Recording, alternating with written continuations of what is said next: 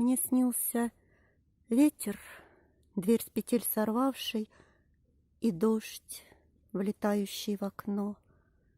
И мы с тобой стоим, обнявшись, как будто целое одно.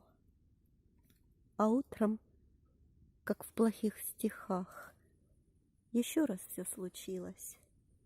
И дождь, и ветер, но в руках лишь пустота слезилась. Донь, ты так тихонько сидел, под конец все-таки потопал. Вот такое мне сегодня пришло на ум. 4 августа. Тишина. Даже ни одна птичка не пикнет.